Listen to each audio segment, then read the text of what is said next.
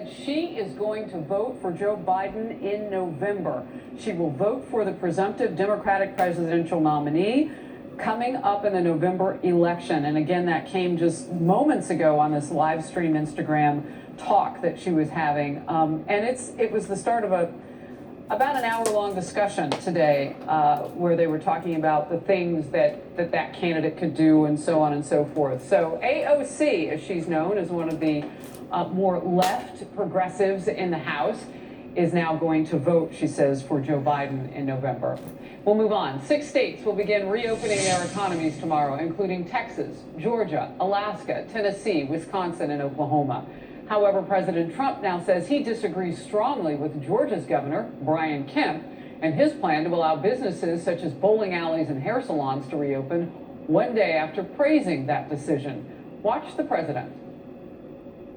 So do I agree with him? No, but I respect him and I will let him make his decision. Would I do that? No, I'd keep him a little longer. I want to protect people's lives, but I'm going to let him make his decision. But I told him I totally disagree.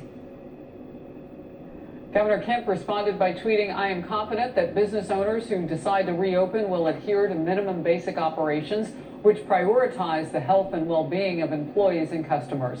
Meanwhile, more anti-lockdown protests are expected in Michigan and Illinois today, which the president has also backed.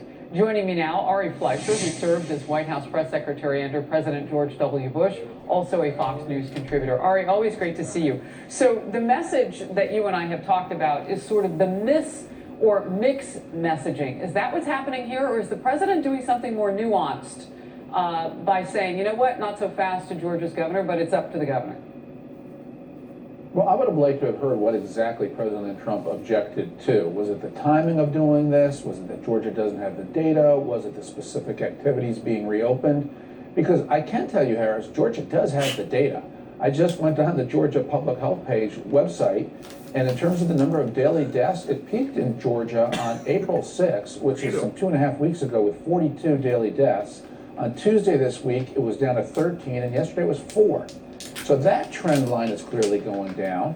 And the number of daily cases peaked in Georgia on April 14th with 844.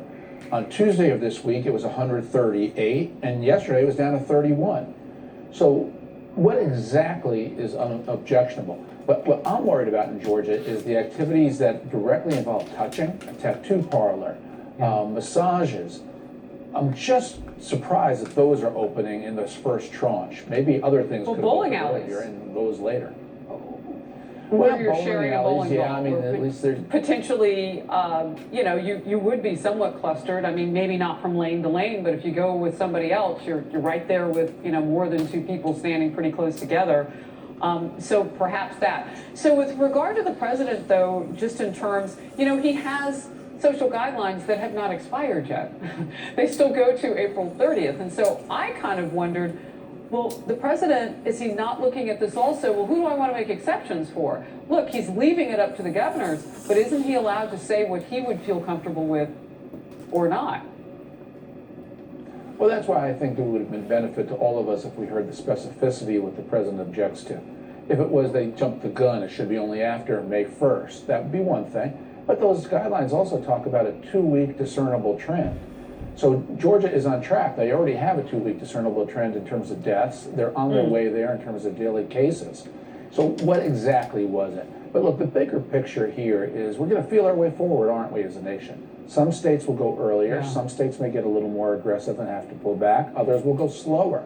I think all of the above can work. I think all of us are anxious to go back. I suspect the magic moment is going to be early May, in that 1st to 2nd week of May. I just think you're going to be seeing this go on everywhere where people are trying to get back up. Well, some of the states, the experts, the medical experts are saying that they shouldn't look to do this until like June 8th at the earliest. So I see the 2-week trend that you're talking about. The medical experts don't even agree with that. Some of them, they're saying some of the states need to wait longer. But as you say, we will watch it. The House is expected to pass that $484 billion coronavirus relief bill today, Ari, and that would boost small businesses, hospitals, and testings. And you're watching right now from the House floor, Representative Steve Scalise, obviously, they're talking all about this ahead of some sort of a vote, we're hoping. However, Speaker Pelosi is holding a vote set to begin soon to create a new oversight committee to investigate coronavirus spending, while she had previously suggested it would not focus on the president's initial response to the virus. The text of that resolution now shows the panel would in fact be able to examine, quote, executive branch policies, deliberations, decisions, activities, and internal and external communications related to the coronavirus crisis, end quote. Republicans are not happy. I'm not sure that the end goal of such a committee will be, but Congress already has significant oversight tools at our disposal. It's entirely plausible for one to conclude that this new select committee will simply turn into yet another partisan witch hunt aimed at damaging the president. Ari, my last estimate, it's been 2 to 3 weeks that we've been waiting on this next phase to help small businesses and others out. Does this look like a delay? Is it worth it? What's happening with Speaker Pelosi? Well, I think it's on separate tracks, and so we're going to get the spending bill approved. Who knows if it's the right amount of spending? But you know, when you shovel money out the door, there's going to be a lot of waste going on with those shovels, and so oversight is important, whether it's an existing committee, a new committee, or whether it's inspector generals in the executive branch. In terms of the oversight to determine how this happened, blame, etc., if this is a creation of the House of Representatives, it will be a wholly waste of time.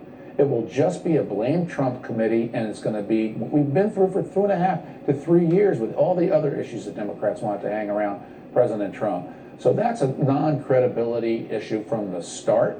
I hope they don't waste their time going down that road. But if it's oversight of spending, that is important. I hope they are up to doing that job if that's what this committee is going to do. But if it's the blame committee, it's going to be a waste of everybody's time.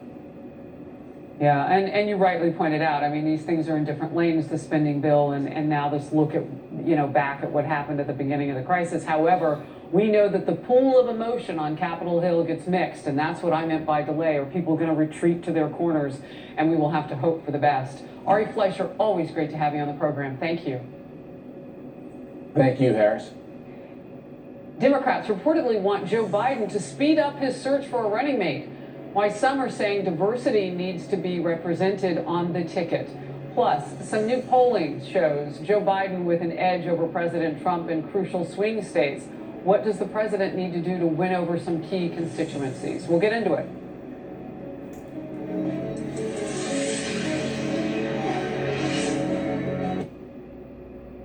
Comprehensively, completely.